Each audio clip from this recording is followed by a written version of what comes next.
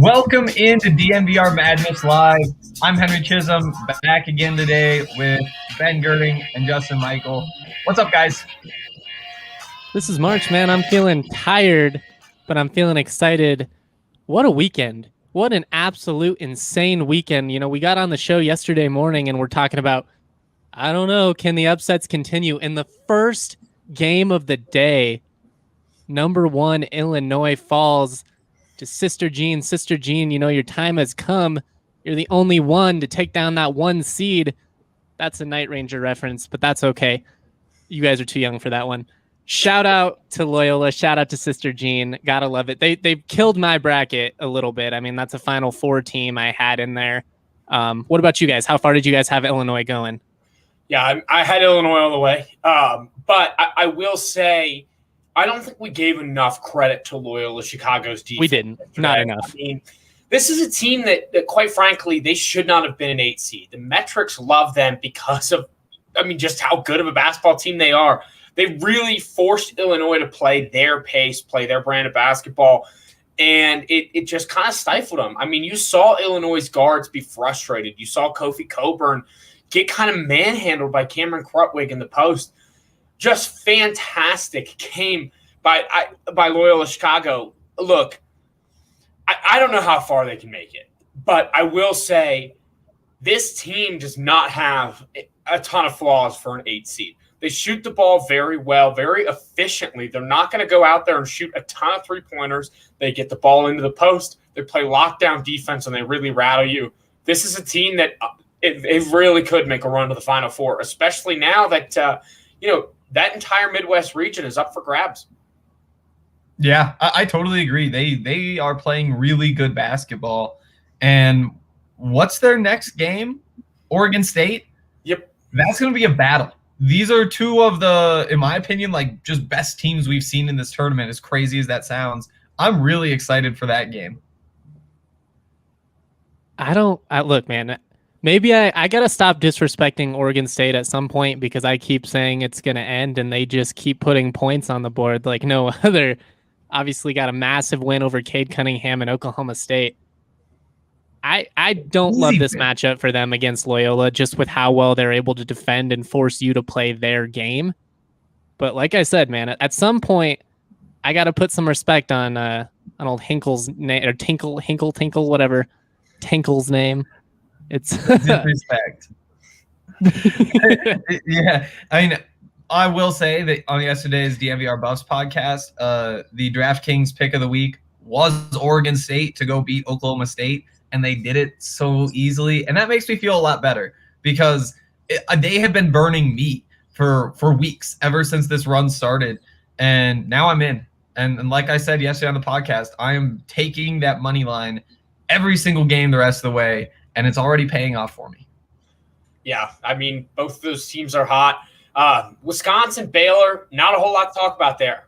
Baylor manhandled them. Wisconsin didn't really show up for that game. But one that is interesting to talk about, Syracuse over West Virginia. This was a game that, look, I'm going to be done picking games based on my bracket. Syracuse, man, what are the thoughts here? Yeah, it's March, dude. This is what they do, right? Like, you know, we knew that coming in they would be pesky. I talked about it. They were mediocre all season, but that doesn't really seem to matter under Jim Boeheim. He always has this team ready to play in the tournament. That 2-3 zone is nasty. Credit to West Virginia. They were able to at least make it interesting. I mean, the first 15 minutes or so of that game, it kind of looked like West Virginia was going to get run out of the building. But, you know, they made it interesting. They fought hard. I don't know what to make of this Syracuse team because I don't really believe in them, even after what I've seen. But it's kind of like Oregon State. At some point, I just have to give them credit because they're winning, right? That defense is just too good. And I didn't really expect it. I mean, you should expect it. It's the Syracuse zone defense. By the end of the season, Boeheim's going to get it going the way it should be. That's what we're seeing. And when you get out there, I mean, the first few minutes of that West Virginia versus West Virginia Syracuse game, it was just so tight in the beginning. You know, both teams are playing hard, defending well, but Syracuse is able to break it and West Virginia isn't. And I think that when you see that defense go up against the West Virginia defense, you do realize just how good it looks. Yeah, you know, it's so fascinating because in this game, West Virginia really controlled a lot of these things. They out-rebounded them. They had way more points off turnovers, but Syracuse just locked them down, did not allow a whole lot of shots. And Buddy Boeheim, 5 second-half threes. Woo! This is the epitome of a Jim Boeheim Syracuse team. You know, recruit guys that can play your defense and figure out the rest later. And as a double-digit seed now heading to the Sweet 16, look, I don't know that I can necessarily pick them. You know, this is where the run usually ends. Yes. You know, we see 2 phenomenal games out of Syracuse. They beat 2 teams that were objectively better than them all season, and then they come back down to life, you know, in the Sweet 16. But, you know, again, that's how it traditionally goes. That doesn't necessarily mean anything in a weird year like this one. Yeah, I just think no matter what, they have definitely proved, you know, that this team was here to belong. And you know, quite frankly, any team that wins one game says, okay, they made this tournament, they deserve this tournament berth. And it'll just be an interesting storyline to watch going forward because I still don't think anyone's going to favor them in any matchups they have through the rest of the season. And that being said, they reasonably could still make the Final Four. Yeah, there's a chance to make some money there potentially. The one game I want to talk about before we, you know, kind of start previewing today's slate, and today's slate is kick-ass. It's going to be a fun day of college basketball. Arkansas, Texas Tech. The bus is still alive, still rolling. What a game, guys. I mean, we said yesterday it was going to be the game of the day, and I think it lived up to that.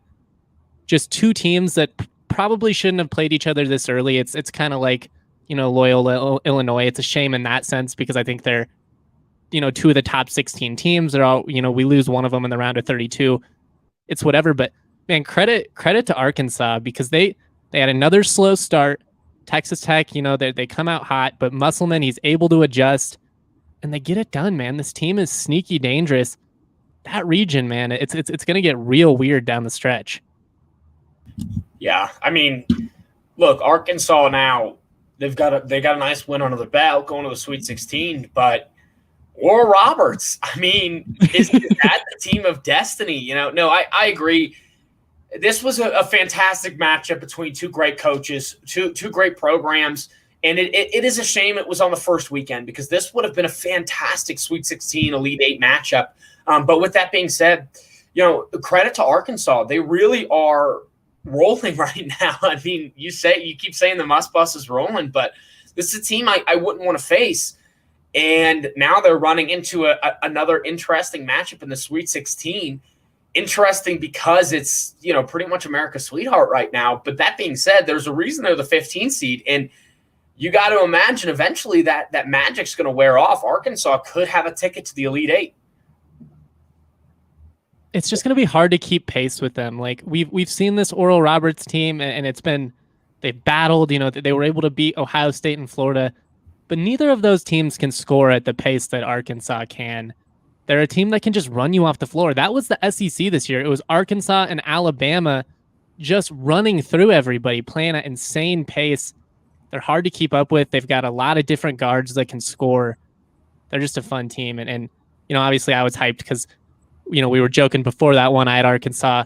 You guys had Tech. But, you know, that's how it goes. I was dead wrong on the Illinois game. So you win some, you lose some.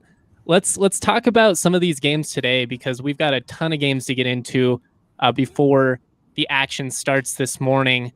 And I guess, you know, it makes sense. Let's just start chronological because we've got an awesome game this morning in Iowa versus Oregon. Pac-12, they've gotten off to this phenomenal start, still undefeated as of this morning. Does it continue?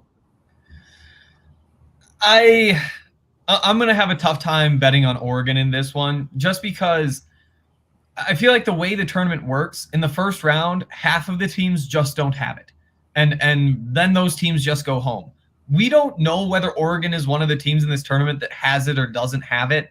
And that just, that extra 50% chance just totally swings the odds in this game in my mind. But I will say they're talented. They can be very explosive.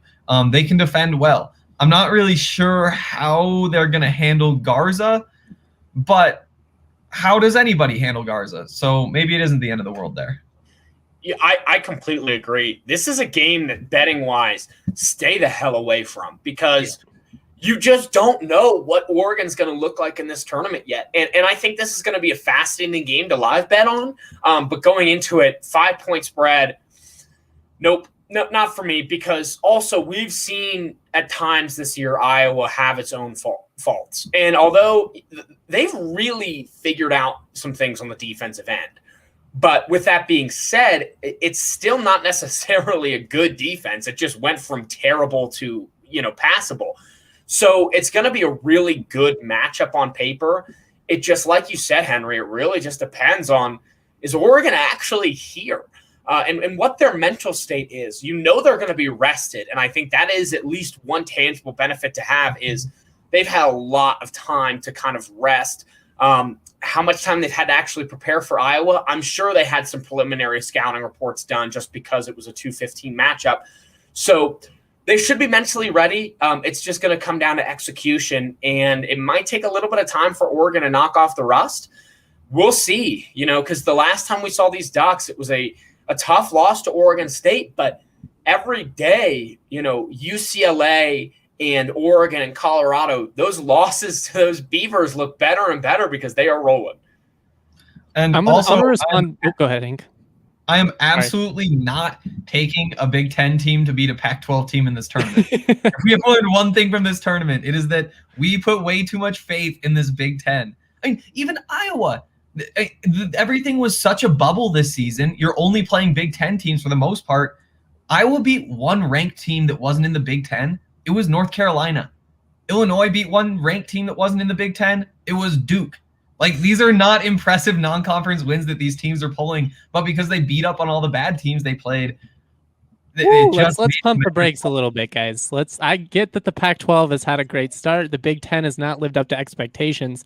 We're going to lose a couple of Pac-12 teams today, like probably 3 out of the 4 that are playing. You think so? Yeah.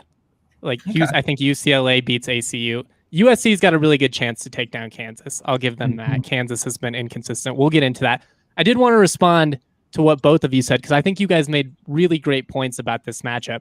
First, I'll start with Hank. Hank brought up, how do you handle Luka Garza? Because he is just such a freak, one of the best players in the country.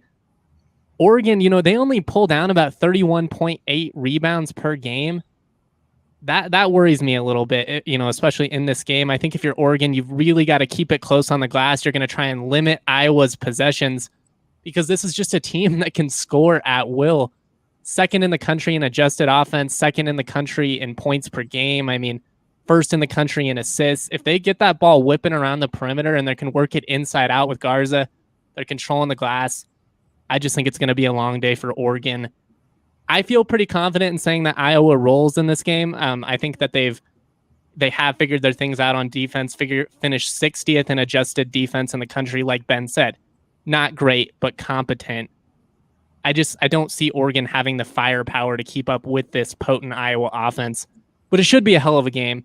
And like Hank and Ben said, shout out to the Pac-12, because I was a hater coming in. I said all year that the Pac-12 was overrated, and I was wrong. It was underrated, because they're performing really well. And let's move on to this Oklahoma-Gonzaga game. This one doesn't seem that intriguing, or am I overlooking Oklahoma here at all? I don't like the spread. 14.5 is it's steep. It's way too steep for me for a second round game. Look, Gonzaga, they have the firepower, they have the weapons to run Oklahoma out of a gym. But it does not take into effect the craziness factor of March, per se. And look, Gonzaga looked fantastic against Norfolk State. They've looked fantastic all year. They have an unblemished record. But with that being said, there are just some things to worry about because it's March. things just go differently at random times. I'm absolutely picking Gonzaga, but I don't necessarily expect Gonzaga to win by 20, 25 points in this one. What about by 15, though? I still think that's too steep. I think that this line should probably be around, the line is set for a reason. Gonzaga has the best offense in the country. They're probably going to run them out of the gym. But to me, seeing everything we've seen to this point, this tournament is unlike any other in our lives. So it's hard for me to fathom a team being favored by 14 points when we've seen so many upsets and so many tight games. Oklahoma State was such a favorite to go to the Final Four, even as a 4 seed. Oregon State wasn't even in the mouths of the committee until Saturday night of last week, and they beat them by 10 points. I wouldn't take the line. I'd take the money line, but not the point spread. I feel like Gonzaga is going to end up winning this game by 30, and we're all going to be sitting here being like, duh, why didn't we take that? Probably. They were clearly the better team. Henry's going to do it. I like it. Henry's going to have some stones, unlike me and Ben, because I'm on Ben. It's too steep for a second round game. Even though I think Gonzaga is probably a 20 to 25 point better team than Oklahoma. I don't think a second round matchup is going to play out that way. I want your guys' perspective on UCLA. ACU, Abilene Christian, they won their first ever NCAA tournament game. That's amazing. Took down Texas in dramatic style. I don't know, though, guys. UCLA is hot. Like I said, I had them losing in the first round, and I felt horrible about it. I'd regretted it since. They've been killing me.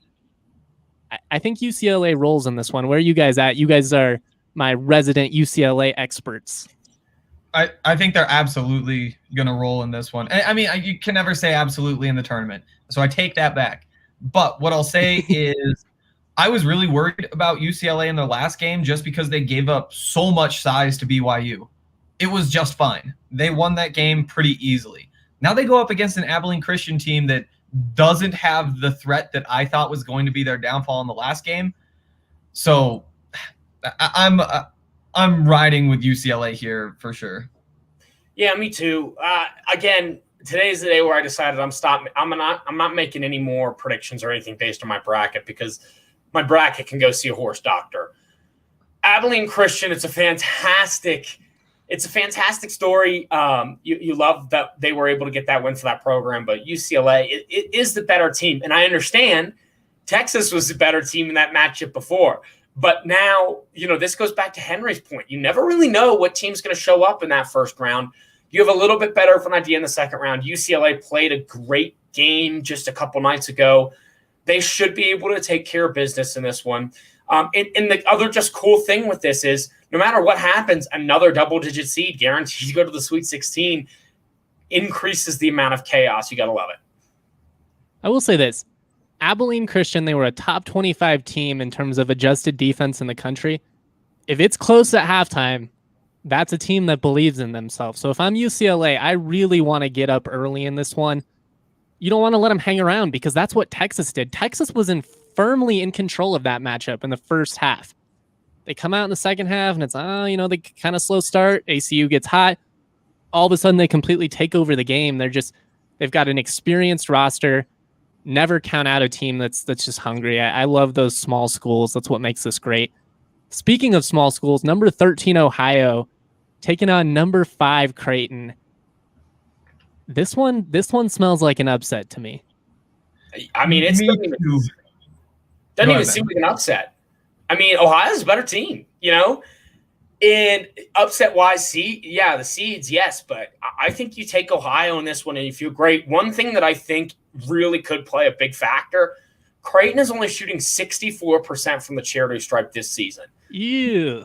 If this game is close, you can't trust the Blue Jays. They escaped in the first round. And granted, Ohio did too. They got close there at the end against Virginia, but after everything we've seen this tournament and the trends that I'm following, screw it. Why can't Ohio make the Sweet 16? Creighton has not been the same since everything that went down with that team and that head coach during those remarks.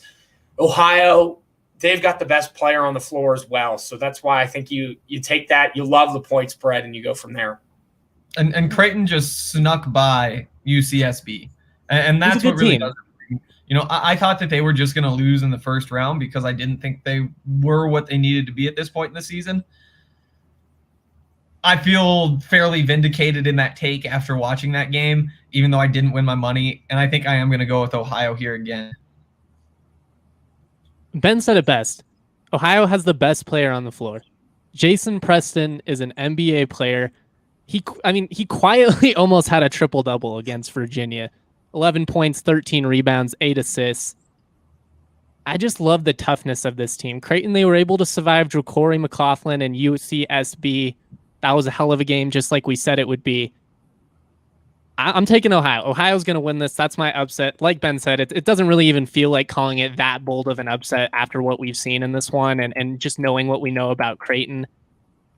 I don't like the vibes around Creighton. To quote RK, that the vibes are not immaculate in Creighton right now. Where even is Creighton? I know it's in Nebraska, but Omaha.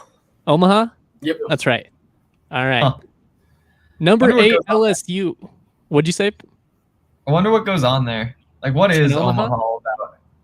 There's a song about Omaha. It's like, Omaha, Omaha, finest place I ever saw. I don't know. It was like in the 50s. So they aren't great songwriters. No, it's not a place of culture. Number 8, LSU versus number 1, Michigan. If we wanted to point to a game where there, also could be an upset, this one maybe. I mean, LSU, they've got great athletes. Made it to the SEC championship game. They were 2-5 against top 25 teams this year. It was kind of a product of they beat up on all the bad teams and really struggled against the Alabamas and Arkansas of the world. I wanted to be bold and take LSU in this one, but after just watching Michigan this year, they're so efficient on both ends of the ball. They're top 5 in adjusted offense, or top 10, I should say. Top 10 in adjusted defense, top 5 in adjusted tempo. They've just got so many ways to beat you. Juwan Howard, great story. They've got all the swag. This is a fun one, though. LSU versus Michigan. Ben, you know a ton about Michigan. Where are you at? Go Blue. Go Blue. You heard him. LSU, they are a good team. And, excuse me, they were, one bucket away from jumping up a seed line in that SEC championship game. But you're right. Michigan is the better team. And I think teams today, they're going to see what happened yesterday. And I think in particular, Michigan is going to look at what happened with Illinois and Loyola Chicago. And I think that's going to add, not necessarily extra pressure, but I think it's going to add a little bit of extra intensity because you don't want to be that team, and you don't want to go out that way. So for Michigan, I think they're going to go out there as sharp as they possibly can because they're going to try and avoid it. And Michigan will find themselves in the Sweet 16. I do think Michigan's the better team. I also think that everybody is very sure that Michigan is the better team and that there are very few teams left where I think that there's not like a universal confidence in that team, but still the same way Illinois was, where a lot of people had them winning, had them going to the Final Four. I think Michigan is in a similar position where a lot of people think this is a good basketball team. If you're going to trust something in this tournament, you trust Gonzaga, you trust Michigan, maybe there are a couple others you throw in there. For that reason, I wonder if there's going to be some juice on LSU. I'm not going to take it before the game just because I don't think they're going to win. But if you get 10 minutes into the game and LSU's down 2 or 3 points, that's when I'm going to start getting tempted to maybe sprinkle something on LSU. But this is one where I think Michigan's just favored by too much for me to want to actually take that side. But I'm going to be looking to get on the other side maybe at some point during the game. I have an interesting question for both of you.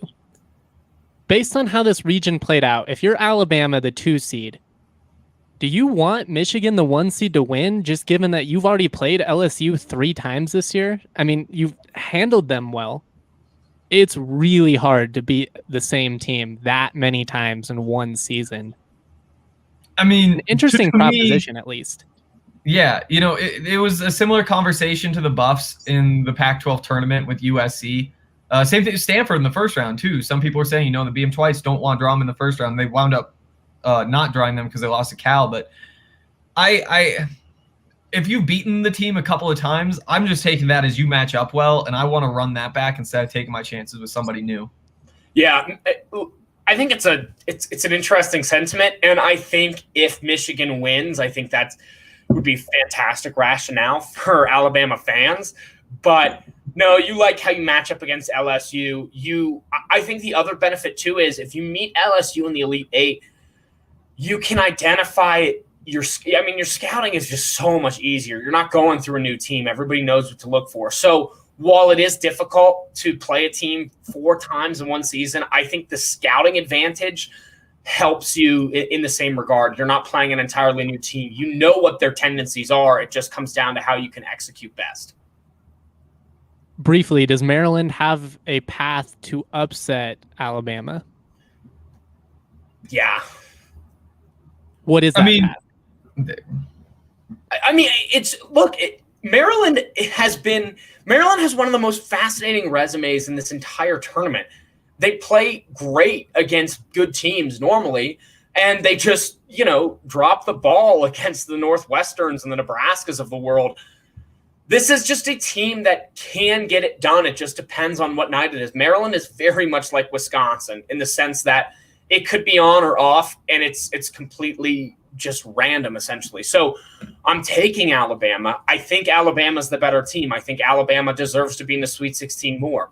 But if Maryland gives them a run for their money, don't be surprised. And it has no indictment on what Alabama is as a team. It is simply because Maryland is just one of the streakiest teams in this tournament.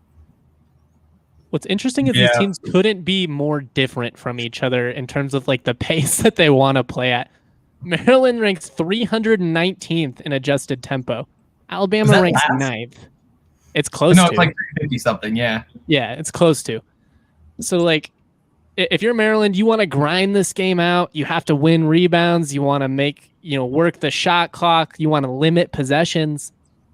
The tough part, Alabama, deceptively, one of the best defensive teams in the country. There's going to be a lot of possessions because of the pace that they play at, and naturally they are going to give up some points because of that. But, they've got a top defense in terms of adjusted D in the SEC.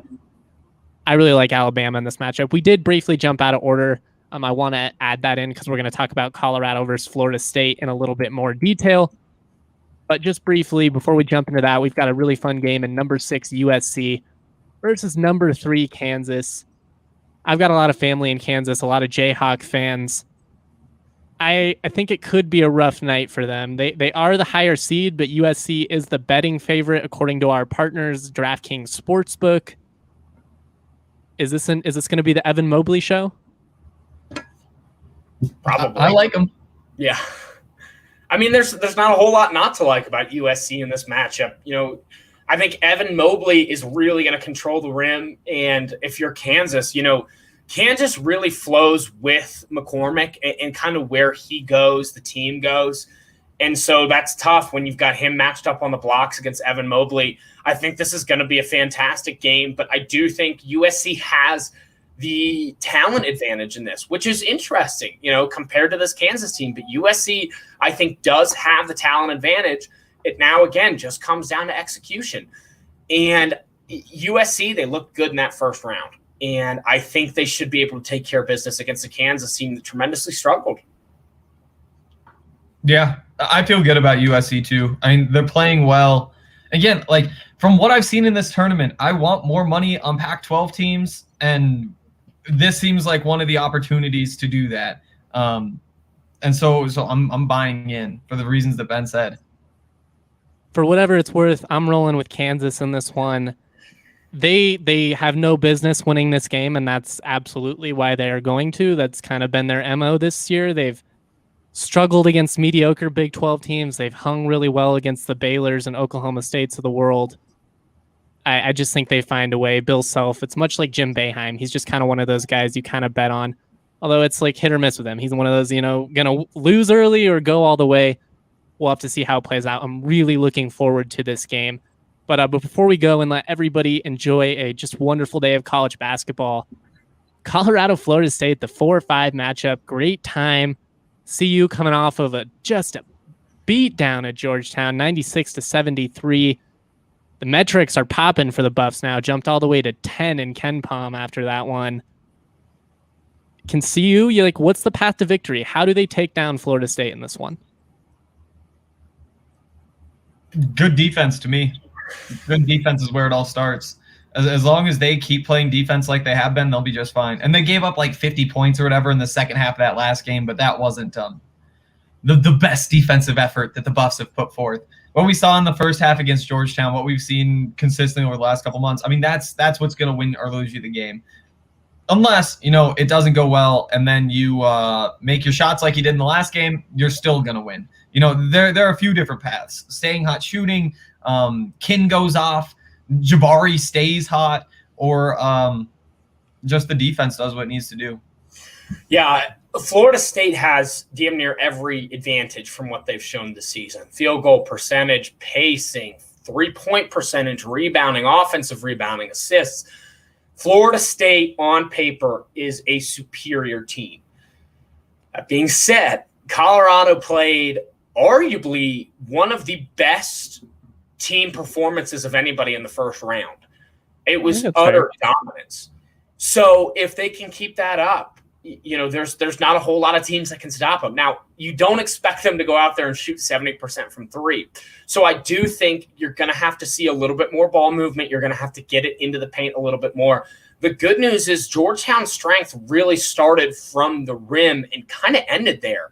That was their strength on defense. And so you saw Colorado to adjust. They really stayed around the perimeter. And they only really drove in after the perimeter was established, which forced Georgetown to come out, play them true around the arc. This game might match up a little bit differently where you can move the ball inside a little bit earlier on. And that's this team's bread and butter. Get the ball into the post to your big man, Evan Batty and Dallas Walton, and they'll have a matchup. If not, they can kick it back out. And this team has 3-point shooters. One name to watch, Jariah Horn, has not hit a 3-pointer since the Pac-12 semifinal against USC. He is, I think, 0 for 8 in his last 8 attempts. This is a guy that shoots 45% or so from 3 on the season. He is their best shooter. He has been very cold. Not sure how much longer Colorado can last if he can't turn it on and at least contribute, 8-10 points like we're used to. All right, yeah. I'm putting you guys on the spot. Who wins this game?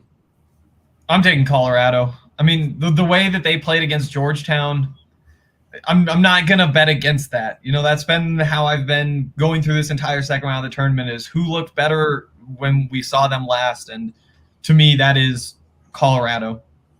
Yeah, I'm going to take Colorado as well. Florida State, not necessarily a good showing against UNC Greensboro. 0 for 9 from 3, 70% from the line. This team was very beatable in the first round. They got by. If I don't think Florida State can afford another outing like that. I think they know that. That's not necessarily, rewriting the wheel here, but Colorado can match up against this team. It just comes down to who wants it more. After what you saw in that first round, McKinley Wright pointing up to the stands, I'm hard-pressed to say anybody in this tournament wants it more than McKinley Wright the fourth. Playing devil's advocate, Florida State managed to win a game in which they only shot 70% from the free throw line and didn't hit a 3. You got to imagine they're going to do better than that, just like you got to imagine CU is going to cool down a little bit from 3-point range. Absolutely. I'm intrigued by this one. Look, the Ram in me wants to say Florida State wins. In my bracket, I have Florida State winning. But I just think Colorado's the hot team right now, and I have a hard time picking against them. They played so smart in that Georgetown game. It wasn't just that they were hitting shots. It's that they looked like they were playing the game on different sliders than Georgetown. It was just a different level of execution, the ball movement, the defense, the rebounding. It was just all phenomenal. I will say a lot of those jump shots were wide open. I don't know what the fuck Georgetown was doing. It's all they're doing is hitting threes and maybe try and stop them. Like you said, then, they can go in the post, which is their bread and butter. But Patrick Ewing, I don't know about Patrick Ewing, the coach. Great player. I'm not so sure about the coach. Anyways, it's been a great day. It's been a great opening weekend. Thank you to everybody that has rocked with us this weekend. Thank you to everybody that's come down to the bar. The bar will open at 4 p.m. today, 4 p.m. Mountain. Yep, and officially a Colorado watch party. So if you don't have plans or a place to watch this game, head on down to the DNVR bar. The atmosphere, it was great on Saturday morning. The vibes, as they say, were immaculate. It helped that Colorado put up 96 points, but the more people we can get in there, socially distanced and safe, of course, I think the better the vibes are going to be, and Colorado is going to feel that. Real Totally quick, agree. just before we go, we have to officially put out what our bold upsets are for this weekend. Mine is Ohio. Where are you guys at? Technically, Colorado beating Florida State would be an upset, but that doesn't count. So we gotta get a little more fun than that. Hank, honestly, this is tough. I mean, you fly through, and I can say, I'm not taking Oklahoma over Gonzaga. I'm not taking Abilene Christian over UCLA. Ohio over Creighton is tempting. LSU over Michigan, it's not quite tempting. Maryland over Alabama, no way in hell. USC over Kansas, not really an upset though. Really, if we count USC as an upset, I'm taking USC. I'll count it just because it's 6-3. USC is the betting favorite, so at that, it's not. Not a true. If that doesn't count, I'm taking Oregon over Iowa. It's close between that and Ohio Creighton. Yeah, Ohio Creighton is my slam dunk. But Oregon Iowa is my turnaround jump shot. This is one where it's going to be hit or miss. You're really not sure what it's going to look like necessarily. But I think it's an intriguing matchup on paper, and I think that's going to be enough to at least give it my bold prediction as it's about to tip off just a couple minutes away. All right, guys, thank you for joining us. It's been just an excellent opening weekend. I've had a ton of fun. Would love to go 4 for 4 on the bold predictions. We'll have to see. The universe doesn't love me like that, so Creighton's probably going to take the dub, but I'm going to go for it anyways. I'm Justin Michael. I'm with Hank and my main guy, Ben Gerding. Thank you for tuning in to DNVR Madness Live. We will have more content on the tournament throughout. Also have NIT coverage for CSU Rams fans. They play Thursday night in the quarterfinals. Shout out to all of you. Stay safe, stay warm. This is March. Peace.